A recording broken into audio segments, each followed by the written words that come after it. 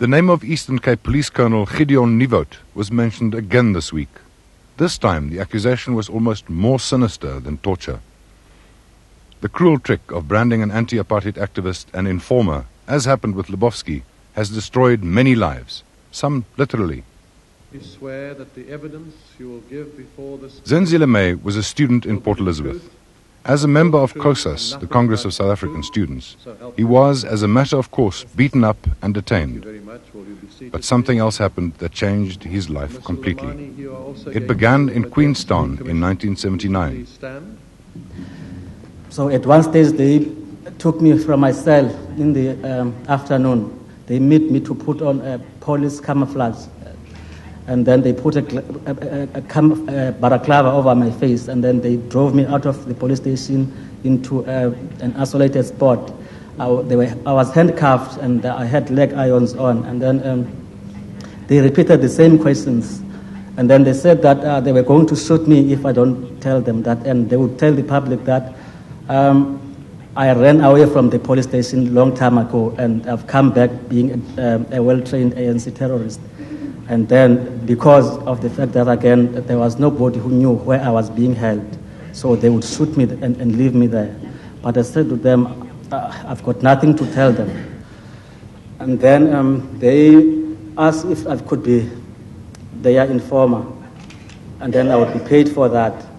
But I said to them, I was not looking for employment. I was a student, so I cannot, do that kind of a thing. One of the clues that you had... Then there was an attempt to get his handwriting whilst he was being held. Tell about that.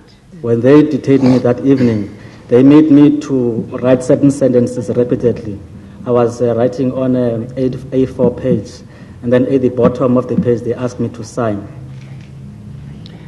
And they were the same people who threatened to do... He was also reminded of Sipiwe Mtimkulu's fate, thallium poisoning. Mr. Roloff said to me that, do you see what we have done to Sipiwe Mtimkulu? He can't do anything now. He's just useless. And if you do not want to work for us, we are going to do the same thing to you. Then I said to them, well, I'm used to being tortured, and I'm used to being detained. So there's nothing that can make me work for them at this stage. So they said, okay, they will deal with me. And then they released me at the early hours of the day. And then after about 2 weeks, I heard from other COSAS members that there was a receipt that was dropped at the place that we used to frequent in New Brighton, Port Elizabeth. And this receipt had my name on it and a certain amount of 500 or 600 rands, which to some other people meant that maybe I was a paid-up police informer. Tango Lamani, a fellow member of COSAS, tells more about the police setup of Zenzile. On this night, they arrived at the house, and there were a few other comrades with us in the house, but Zenzile was not there. So they got in there. There were some 2 or 3 other black security policemen with them, and some white security policemen. But the only one I can remember now, it's Gideon Niewoudt.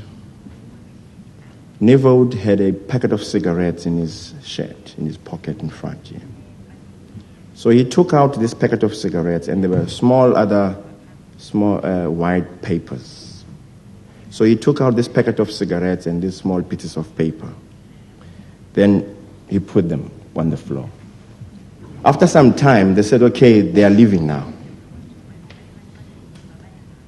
As they were leaving, so Niewoudt bent down to pick up the packet of cigarettes and the small pieces of paper. I was standing across him on the other side. So as he was picking up this packet of cigarettes and this small pieces of paper, he left one piece of paper on the floor. He took all others and the packet of cigarettes, he put them back in his shirt pocket, and then they were preparing to leave. Then there was this small piece of paper he left there. After they left, then we jumped for that piece of paper.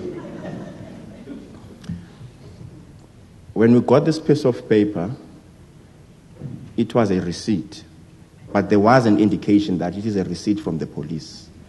And it had Zenzile's name and an amount of money and some signature at the bottom. With this alleged incriminating receipt, Zenzile's life was now in danger from his own comrades. He dropped out of sight. But his political career had ended, and with it, his good reputation as an activist.